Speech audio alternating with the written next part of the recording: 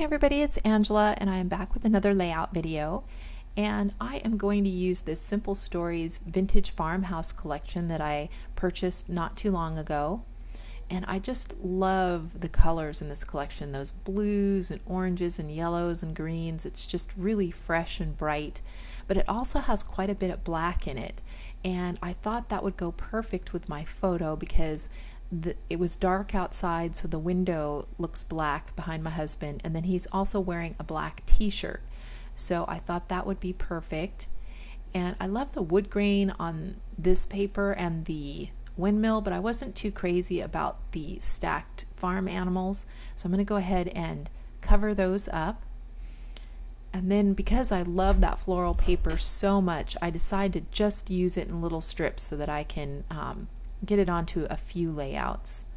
So I'm just going to go ahead and cover up that barn on the left with some strips of paper. And I like that black paper. It has kind of a sketchy white print on it of a farm, and that sketchy whiteness really goes well with my husband's t-shirt, which has flower handprints on it. And the reason those handprints are there was because I was in the kitchen, I'm baking, my hands are covered in flour, so I couldn't really touch anything. And my husband thought that would be the perfect time to come and mess with me a little bit, because he thought, I can't touch anything. But I surprised him by turning around and just placing my flour covered palms right on the front of his shirt, leaving a palm print on there, and it was really hilarious. And so I wanted to just document that. He's trying to look all tough and mad, but it's not working. So I go ahead and I put that black strip of paper there on the left hand side, and then I decide to just map my photo with the black as well, since it's going to span across all those strips of paper. I just want to make sure it has kind of a linking mat across there.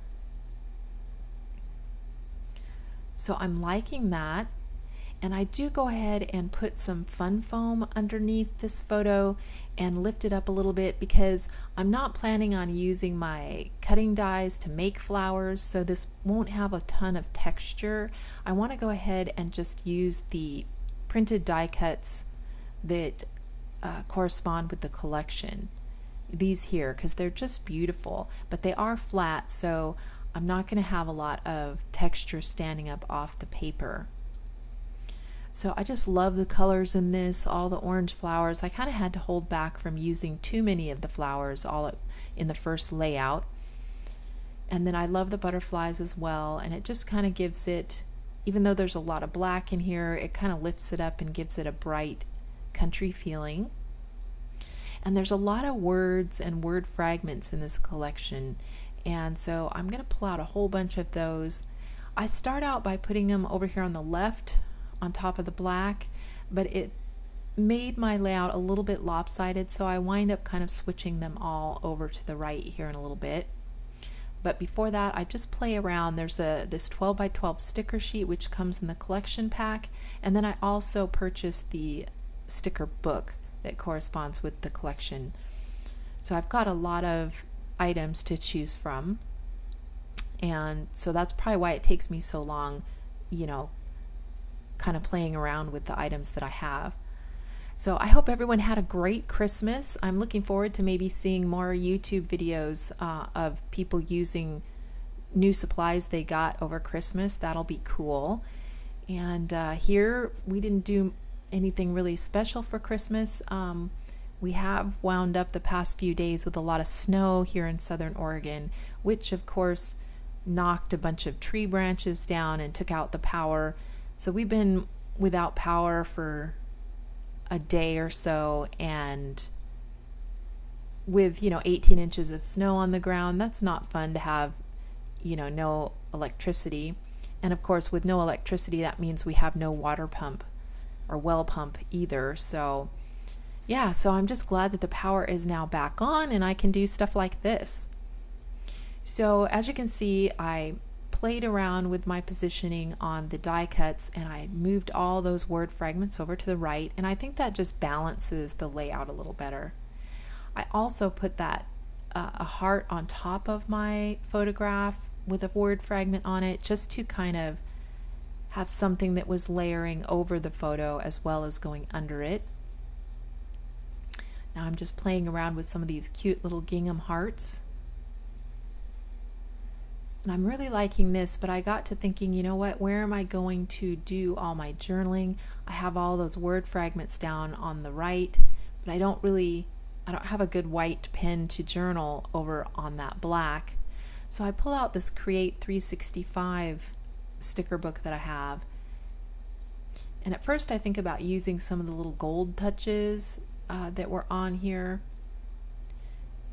but I really can't make any of those work.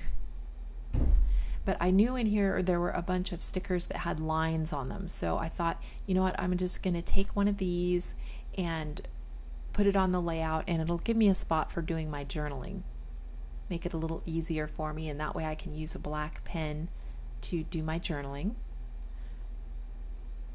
So I take the pink off the top of that label, which doesn't match in my layout, and I'm just going to use this lined portion.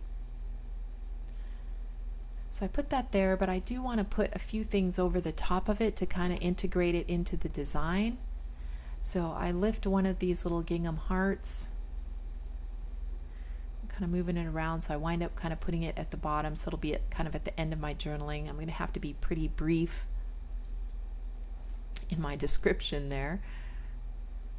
And I look to include something else that will layer over the top of that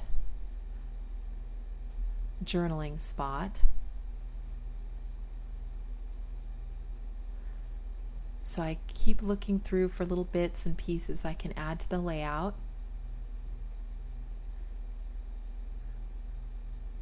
And there's a little gap of space there between those flowers and the word fragments, so I'm just kind of looking to fill that in just a little bit more, because it just looks a little bit awkward with that trapped space. So I'm putting the word sweet down under there, and that gives me a little bit more blue down there as well. And that just fills that area up some more. And then again, I'm looking for something else to kind of go over the top of that journaling spot. So I'm just going to cut out a piece of this floral sticker here and just have it barely come over that spot. And it kind of matches in with the flowers that are already there, and it just kind of makes that journaling spot not stand out quite so much. So now I'm looking at it thinking, you know, what else can I add to this?